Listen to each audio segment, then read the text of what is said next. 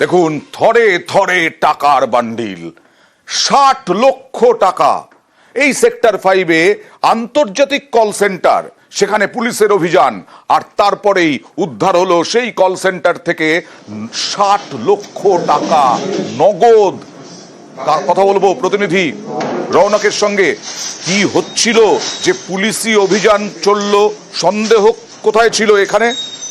দেখো, একেবারেই পুলিশের কাছে আগে থেকে একটা গোপন সূত্রে খবর ছিল বিধাননগর ইলেকট্রনিক্স থানার কাছে যে টেক্সপোর্ট নাম করে একটি প্রতারণা চক্র এখানে কাজ করছিল এবং দীর্ঘদিন ধরে তারা কিন্তু বিদেশের বেশ কিছু কাস্টমারকে টার্গেট করছিল এবং কিভাবে তারা এই প্রতারণা চক্র চালাতো, যে কম্পিউটারের সফটওয়্যার বিভিন্ন রকম সমস্যা আছে, সেই সমস্যা সমাধান করে দেওয়ার নাম করেই কিন্তু তারা এই প্রতারণা করতো এবং সেই প্রতারণায় পা দিলেই লক্ষ লক্ষ টাকা ব্যাংক অ্যাকাউন্ট থেকে কেটে নেওয়া হতো। এবং তাই নয়, এই ক্ষেত্রে কিন্তু টাকা নয়, বিটকয়েনেরও ব্যবহার করতো, অর্থাৎ লক্ষ লক্ষ টাকা যে ট্রানজাকশন তারা বৈদেশিক যে কোম্পানিগুলি রয়েছে এবং বৈদেশিক গ্রাহকদের সঙ্গে তারা এই ট্রানজাকশন করতো। মূলত মার্কিন যুক্তরাষ্ট্রের বেশ কিছু গ্রাহককে তারা টার্গেট করেছিল।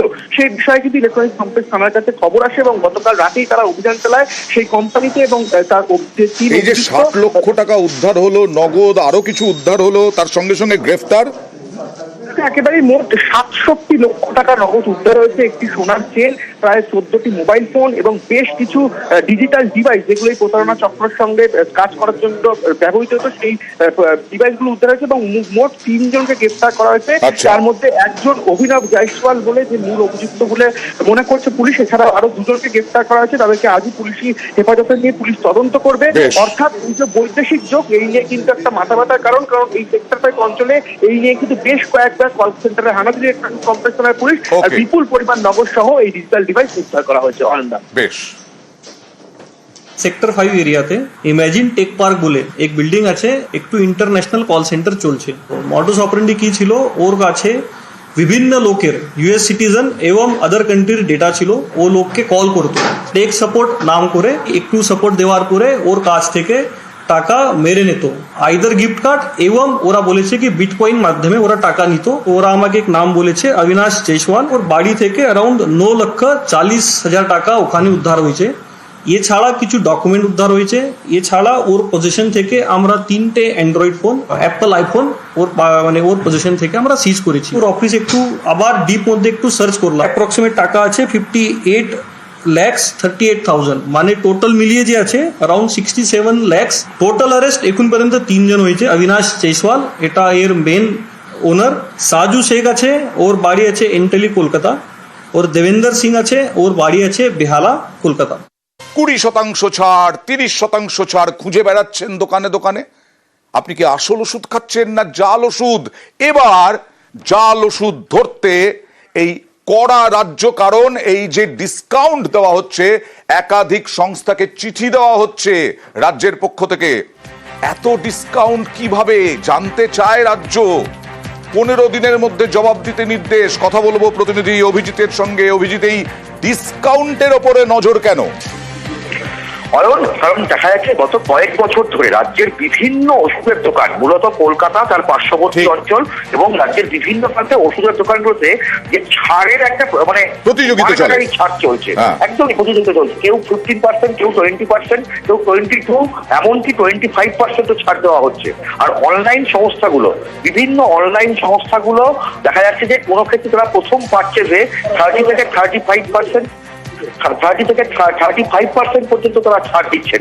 এবং এখানেই রাজ্য ড্রাগ কন্ট্রোলের সন্দেহ হয়েছে যে কিভাবে এত টাকা ডিসকাউন্ট দেওয়া যায়। কারণ যেখানে রিটেলে যখন কেনা হয় একটা ওষুধ কোম্পানি থেকে, যখন এই যে বিক্রেতারা কেনেন, সেখানে তারা সর্বাধিক 30% উপরে কোনো মতেই তারা নিজেরা ছাড় পান না। সেক্ষেত্রে তারা কিভাবে এতখানি তারা ছাড় দিচ্ছেন? একটা খুচরো ওষুধ বিক্রেতা তারা কি করে 20%, 22%, 25% তারা ছাড় দিচ্ছেন। এবং সেক্ষেত্রেই মনে করা হচ্ছে যে বিভিন্ন অসাধু যারা ওষুধের ব্যবসায়ী, যারা জাল ওষুধ তৈরি করে অন্যান্য রাজ্যের, বিহার, তার মানে কি দোকানে দোকানেও অভিযান হতে পারে? নিঃসন্দেহে, এবং দোকানে দোকানেও অভিযান হতে পারে, কারণ মনে করা হচ্ছে যে বিভিন্ন দোকান মূলত সীমান্তবর্তী এলাকার দোকানগুলোকে সন্দেহের তালিকায় রেখেছে রাজ্য ড্রাগ কন্ট্রোল, কারণ সেই সীমান্তবর্তী এলাকার দোকানগুলোতে, তার মধ্যে উত্তর 24 পরগনা, মালদা থেকে শুরু করে উত্তরবঙ্গের বিভিন্ন জেলাগুলি রয়েছে, সেখানে বিপুল পরিমাণে জাল ওষুধ চলছে, এমনটাই অবশ্যই অভিযান চালানো উচিত, কারণ আমরা সাধারণ মানুষ, আমরা তো বুঝতেই পারবো না কোনটা জাল কোনটা আসলে জাল ওষুধই খেয়ে যাচ্ছে কিনা। আমাদের সরকার নির্ধারিত যা মার্জিন, তার বাইরের যে অসাধু উপায়, এই অসৎ উপায়ে যে ধরনের অসম প্রতিযোগিতা চলছে, সেই প্রতিযোগিতা চলার মধ্যে দিয়েই ফেক মেডিসিন ঢুকছে। ইউপি, বিহার, ঝাড়খণ্ড, দিল্লি, আগ্রা, এই সমস্ত জায়গা থেকে এই যে জিএসটি ইমপ্লিমেন্টেশন হবার পর এই ধরনের জাল ওষুধ আনা আসা বাংলায় অত্যধিক বেড়ে গেছে। তা এই ধরনের যে রেড করছেন ড্রাগ কন্ট্রোলের তরফ থেকে, আমাদের সংগঠনের তরফ থেকে অনুরোধ, এই রকম যদি রেড ওরা চালান, তবে আমরা এই জাল ওষুধ চক্রকে আমরা সকলে মিলে আটকাতে পারবো।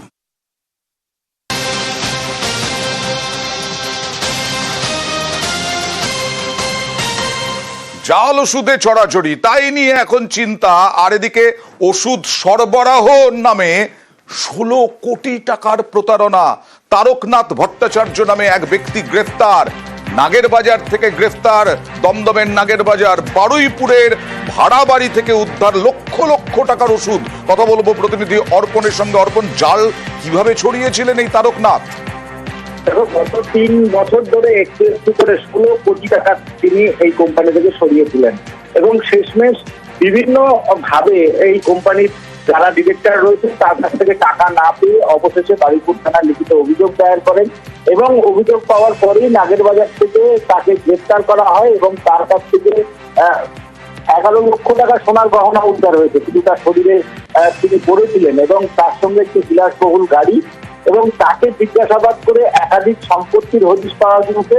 এবং মধ্যম গ্রামে একটি বাড়িতে তিনি ভাড়া নিয়েছিলেন, এবং সেই বাড়ি থেকে প্রায় 1 কোটি টাকার ওষুধ রয়েছে এমনই তদন্তকারী আধিকারিকদেরকে জানান, এবং সেখানে গিয়ে 35 লক্ষ টাকার ওষুধ ইতিমধ্যেই উদ্ধার করেছে বারুইপুর থানার পুলিশ। এবং পুলিশের পক্ষ থেকে জানানো হচ্ছে যে একাধিক সম্পত্তি এবং একাধিক সোনার গহনা সে কিনেছিল, এবং এর সঙ্গে কি আরো কেউ জড়িত?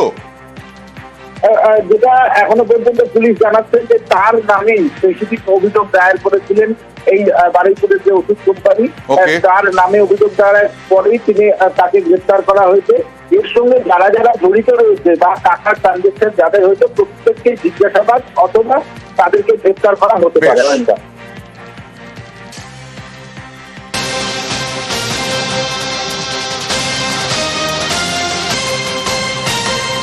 এই পৃথিবীতে কিভাবে প্রতারণার ফাঁদ পাতা।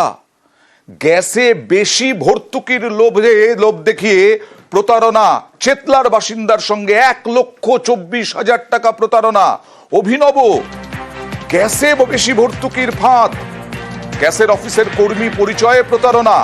কথা বলবো প্রতিনিধি রৌনকের সঙ্গে। আবার কেমন প্রতারণা, আবার কেমন প্রতারণার ফাঁদ? রৌনক, দেখা একেবারে অভিনব কায়দায় প্রতারণা এবং প্রলোভন দেখিয়ে সেই প্রতারণার ফাঁদে পড়লো একজন চেতলার বাসিন্দা। গত 13 তারিখে দেখা যায় যে গ্যাস অফিসের নাম করে তাকে ফোন করে প্রতারক, এবং সেখানে ফোন করে তাকে লোভ দেখানো হয় যে গ্যাসে যে ভর্তুকির টাকা, সেই টাকা কিছুটা বেশি পরিমাণ গ্যাস অফিস থেকে দেওয়া হচ্ছে। এবং শুধু তাই নয়, করোনার সময় যে পরিমাণ ভর্তুকির টাকা কাটা হয়েছে সেই টাকা পুরো তাকে ফেরত দেওয়া হবে। তারই ফাঁদে পড়ে সেই চেতলার বাসিন্দা, এবং সেই প্রলোভনে পড়তেই তার ব্যাংক থেকে প্রায় 1,24,000 টাকা 3 ধাপে কেটে নেওয়া হয়। এবং তৎক্ষণাৎ চেতলা থানায় লিখিত অভিযোগ জানায়। তার 24 ঘন্টার মধ্যেই কলকাতা পুলিশের সাইবার সেল গোটা যে ঘটনা, সেই ঘটনার ইতিমধ্যে তদন্ত নেমেছে। অর্থাৎ একাধিক জায়গায় যে প্রতারণার চক্র দেখা যাচ্ছে, সেই রকম ভাবেই একটা নতুন কায়দায় প্রতারণা, অর্থাৎ গ্যাসের ভর্তুকির টাকা বেশি পাইয়ে দেওয়ার নাম করে কিন্তু 1,24,000 টাকা করালেন চেতলার বাসিন্দা। কাউকে ধরাও যায়নি। হ্যাঁ, দেখা একেবারেই ইতিমধ্যে সাইবার সেল ঘটনার তদন্ত নেমেছে। এখনো পর্যন্ত কিন্তু কাউকে আটক বা গ্রেফতার করা যায়নি, কিন্তু তদন্ত করছে কলকাতা পুলিশের সাইবার সেল। 13 তারিখ সকালবেলায় ওই 9টা 8 এরকম সময় ফোনটা ফার্স্ট আসে। তো বলে গ্যাসের অফিস থেকে যাবে যে কত করে পাচ্ছেন সাবসিডি। বললাম যে আমি 19 টাকা 50 পাচ্ছি। বলে 19 টাকা 50 কেন, এখন সরকার থেকে 220 টাকা এবং লকডাউন পিরিয়ডে যে আপনারা যে টাকাগুলো পাননি সেই জন্য 5,500 টাকা আপনাদের অ্যাকাউন্টে ঢুকবে। আপনার কি অ্যাকাউন্টে ঢুকেছে? বলছেন না, আমার কিছু ঢোকেনি। এমনি কল থেকে আমি হোয়াটসঅ্যাপ কল করছি, ভিডিও কল করছি। তো সেখানে ভিডিও কল করালো, তারপরে আমাকে ওখান থেকে ফোনপেতে নিয়ে গেল। ফোনপেতে ঢোকার পরে ব্যালেন্স চেক করালো এবং তারপরে পরপর আমাকে নাম্বার বলছে, 3খানা নাম্বার আমাকে ক্লিক করে টাকাগুলো করে যখন টোটাল 1,24,998। গ্যাসের অফিসের বিশুদা বলে আমাদের গ্যাস অফিসে একজন আছেন, তার নাম বলেই, হ্যাঁ তার নাম নিয়ে